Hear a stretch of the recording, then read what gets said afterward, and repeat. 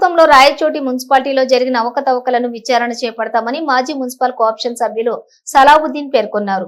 గురువారం ఆయన కార్యాలయంలోని విలేకరుల సమావేశంలో నిర్వహించారు. ఈ సందర్భంగా ఆయన మాట్లాడుతూ ఈ రాష్ట్రంలోని అరాచక పాలన చూసి ప్రజలు వైఎస్ఆర్ కాంగ్రెస్ పార్టీని చిత్తుగా ఓడించారన్నారు. మాజీ ఎమ్మెల్యే గడికోట శ్రీకాంత్ రెడ్డి 4 సార్లు రాయచోటికి ఎమ్మెల్యేగా పనిచేసిన ఆయన నియోజకవర్గానికి చేసింది శూన్యమన్నారు. అందుకే ఇటీవల జరిగిన సార్వత్రిక ఎన్నికల్లో చిత్తుగా ఓడించి ఎళ్లవేళలా ప్రజలకు అందుబాటులో ఉన్నటువంటి మండిపల్లి రాంప్రసాద్ రెడ్డిని ఎమ్మెల్యేగా గెలిపించడం జరిగిందన్నారు. రాయచోటి అభివృద్ధి జరగాలి అంటే చంద్రబాబు నాయుడు రాంప్రసాద్ రెడ్డికి మంత్రి పదవి ఇవ్వాలని ఆయన విజ్ఞప్తి చేశారు. రాయచోటి మున్సిపాలిటీలోని పన్నుల పేరుతో అధికంగా వసూలు చేశారన్నారు. మున్సిపాలిటీలోని జరిగిన అక్రమాలపై విచారణ చేపడతామన్నారు. రాయచోటి చుట్టుపక్కల ఉన్న మైనార్టీలకు చెందిన భూములను శ్రీకాంత్ రెడ్డి అతని అనుచరులు ఆక్రమించారన్నారు. ఆక్రమించుకున్న భూములను ఎమ్మెల్యే రాంప్రసాద్ రెడ్డి ద్వారా తిరిగి ఎవరికి చెందిన భూములను వారికి ఇప్పిస్తామని, ఆక్రమణలకు సహకరించిన శ్రీకాంత్ రెడ్డి అతని అనుచరులను చట్టపరంగా శిక్షించేందుకు కృషి చేస్తామన్నారు. సమావేశంలో కోఆప్షన్ సభ్యులు ఆసిఫుల్లా ఖాన్, టీడీపీ నాయకులు వాహిద్ పాల్గొన్నారు. నిరుద్యోగులు చేయడము, సోమరిపోతులను చేయడం జరిగింది.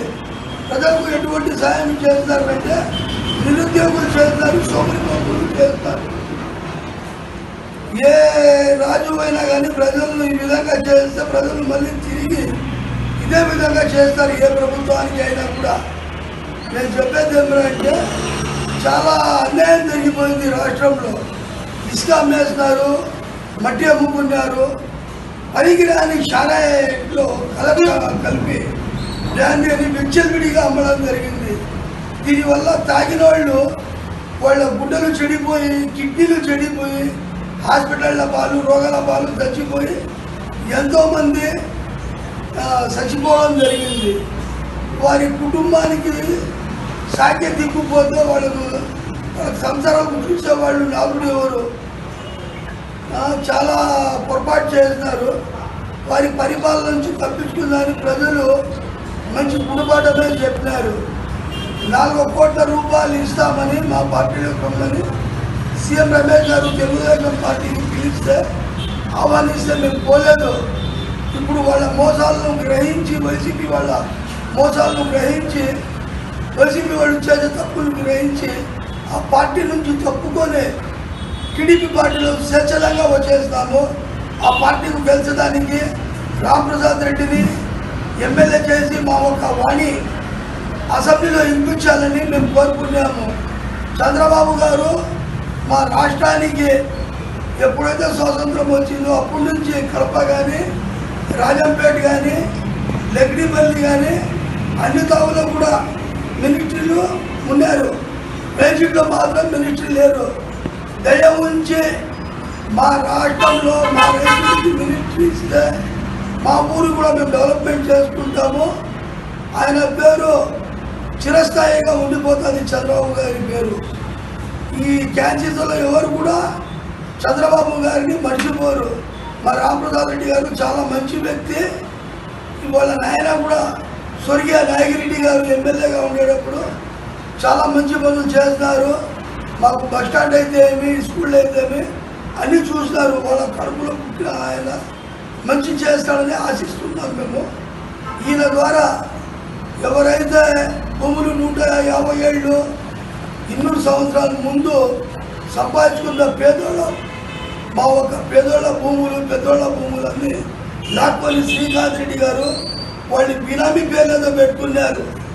రాంప్రసాద్ రెడ్డి గారు వాళ్ళ భూములు మేము లాగి ఇస్తాము, మీ భూములు మీకు ఇప్పిస్తాము, మీకు న్యాయం చేస్తామని చెప్పారు. న్యాయం చేస్తారని కట్టుబడి అందరూ కూడా కలుసుకొని ఉన్నారు. మాకు న్యాయమే జరుగుతుంది ఇది మేము నమ్ముకున్నాము. నమ్మి మేము ఓట్లు వేసి గెలిపిద్దాము, కష్టపడినాము. ఇలాగని ఎవరు భూములు వాళ్ళకి ఇప్పించి సరిగ్గా న్యాయం. ఇప్పుడు ఊరు మధ్యలో ఉంది షాదీఖానా. దీనివల్ల ప్రజలకు చాలా ఇబ్బంది. ఊరి బయట దాకా ఇప్పిస్తాము, అలా కట్టి మళ్ళీ మీరు బాగా జరిగేట్టుగా చేసుకోండి. ఇక్కడ ఉండే షాదీఖానా ఈ లారీలు, కార్లు, బస్సులు ట్రాఫిక్లో ఎక్కువ జనాలు నష్టమవుతారు. ఊరి బయట ఏడైనా గవర్నమెంట్ స్థలం ఇప్పిస్తాం, 5 ఎకరాలు ఇప్పిస్తామన్నారు. ఇంకా అలా తేతలు చేపిస్తే అందరి పెళ్ళిళ్ళు చేసుకోవచ్చు. ఈ పెళ్ళిళ్ళకు 1,50,000 అట్లా తీసుకుంటున్నారు. అవి పంచని వాళ్ళు, మిగతా పంచన వాళ్ళు 70,000, 80,000 ఆ విధంగా తీసుకుంటున్నారు. సన్నమని వాళ్ళు ఇప్పుడు ఎక్కువ జనాలు ఉన్నారని పెళ్ళిళ్ళు చేసుకోవాలంటే ఇళ్ళకి అలా చేసుకోకుండా పెళ్ళి షాదీకరణలో చేసుకోవాలంటారు. షాదీకరణలో చేసుకోవాలంటే సన్నమన్న జనము 70,000, 80,000 కట్టి లేకుండా ఊరి బయట 25 ఎకరాల్లో విశాలంగా కడితే ఒక పెళ్లి ముస్లింలని ఒక పెళ్లి హిందువులని చేసుకుంటే 3 పెళ్లిలో చేసుకోవచ్చు. 5 ఎకరాల స్థలంలో అయితే అందరూ ఈ పొద్దు వరకు కూడా రేజిట్లో హిందూ ముస్లింలు వెనకం లేకుండా కలిసి పెంచినారు.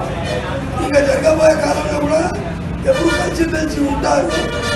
ఆ పీరియడ్లో మేము రామనారెడ్డి గారికి మంచి చేయాలని చెప్పి మంచి ఆలోచనలు చెప్తాము. మంచిగా చేస్తారు, ప్రతి ఒక్కరికి న్యాయం జరుగుతుంది.